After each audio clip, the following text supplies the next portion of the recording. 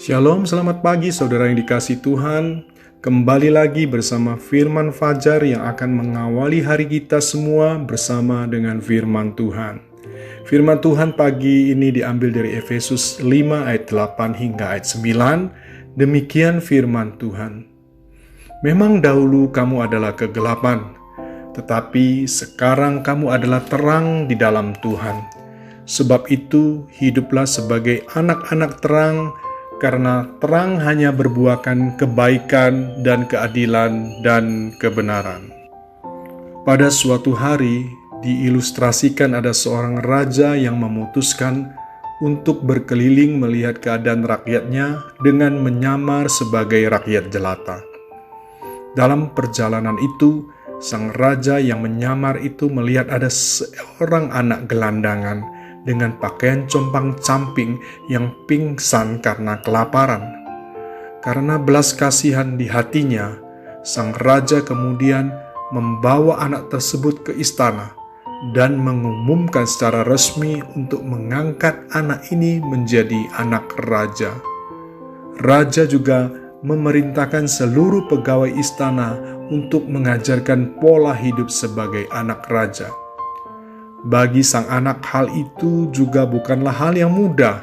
Ia yang kerap kali mungkin tidak mandi, makan dengan menu, pola waktu bahkan cara makan yang sembarangan, berkata-kata atau penggunaan pakaian yang acap kali juga sembarangan, sekarang harus berubah, dilatih, dibiasakan untuk makan secara teratur, hidup bersih dan sehat, cara bersikap, berkata-kata secara bijaksana, berjalan, bertindak sebagai seorang anak raja.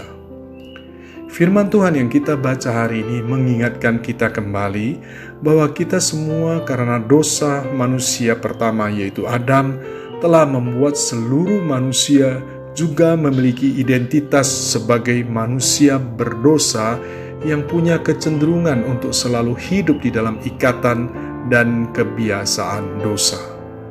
Dalam Roma 5 ayat 12 dikatakan, sebab itu sama seperti dosa telah masuk ke dalam dunia oleh satu orang, dan oleh dosa itu juga maut, demikian maut itu telah menjalar kepada semua orang, karena semua orang telah berbuat dosa.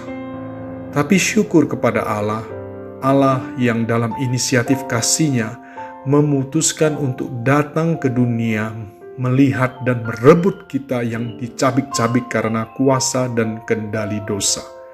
Allah bahkan rela mengorbankan dirinya untuk menebus manusia dari kebiasaan dosa yang dikendalikan oleh iblis. Allah membawa kita yang mau percaya kepada karya penebusannya ke dalam identitas baru, yaitu menjadi anak-anak Allah.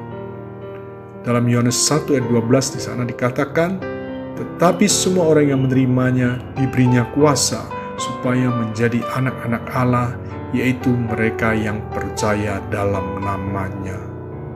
Tetapi saat kita sekarang telah menjadi anak-anak Allah, maka kita perlu dididik untuk memiliki kebiasaan hidup, kebiasaan berpikir, bertindak, berkata-kata sebagai anak-anak Allah, yaitu anak-anak kerajaan.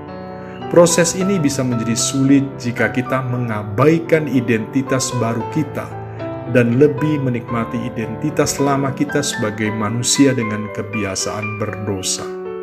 Allah yang sudah menjadikan kita sebagai anak-Nya akan menggunakan segala cara untuk terus mendidik kita menghidupi gaya hidup kerajaan Allah ini.